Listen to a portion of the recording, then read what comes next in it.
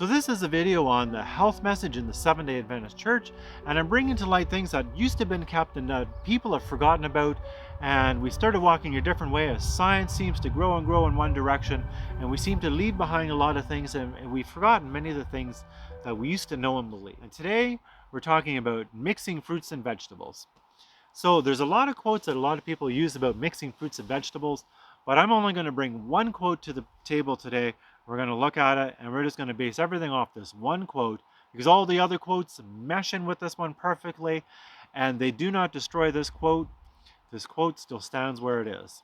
And this was written in 1908. So this is one of the latter ones of the beginning ones, because truth is progressive. So here's a quote straight from Ellen White.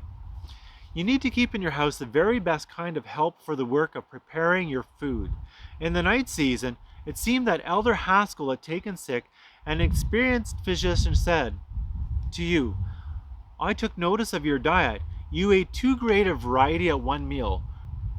Fruit and vegetables taken at one meal produce an acidity of the stomach, then impurity of the blood results, and the mind is not clear.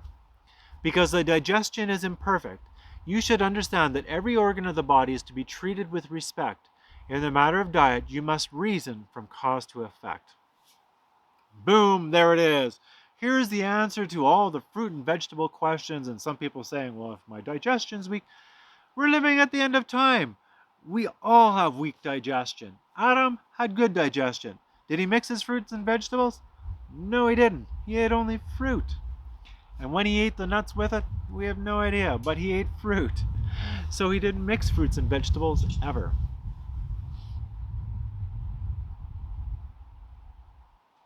Before sin. Oh. Okay, so I'm thinking about that now. I'm like, did he mix fruits and vegetables after the Garden of Eden? Well, he probably reasoned from cause to effect and wouldn't have. Now, he wouldn't have been eating fruit for at least a year or two after he left the Garden of Eden, and he would have been eating vegetables because he had to wait. Now, I have that in a different video. I might do a whole separate video on that later.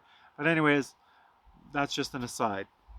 But anyways, so we realize that the fruits and vegetables cause acidity in the stomach, and impurity of the blood results. So we have impure blood, which causes disease, and the mind is not clear. So impure blood, disease, non-clear mind. This explains why Jesus hasn't come back yet, because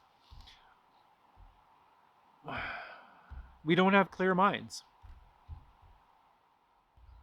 So now I want to read two last quotes to bring this all into context as to why this is important for us today.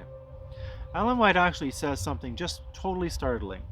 She says, if the members of our churches show that they care not for the light on health reform, but to continue to walk in the light and the sparks of their own kindling, they will lie down in sorrow, and the painful part of history, that is, the influence of those older church members, will leaven the newly come to the faith.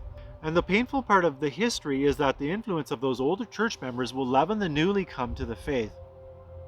The Lord could not now bring many souls into the truth, because the church members that have never been converted, and those who were once converted but who have backslidden.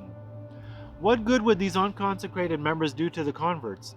They would make of none effect the message that God has given his people to bear. Now this last quote brings everything else into context and is beautiful. Let the pupils be impressed with the thought that the body is a temple of God in which God desires to dwell, that it must be kept pure, an abiding place of the high and noble thoughts. As in the study of physiology, they see that they are indeed fearfully and wonderfully made. They will be inspired with reverence. Instead of marring God's handiwork, they will have an ambition to make all that is possible of themselves, in order to fulfill the Creator's glorious plan. Thus they will come to regard obedience to the laws of health, not as a matter of sacrifice or self-denial, but as it really is, an inestimable privilege and blessing.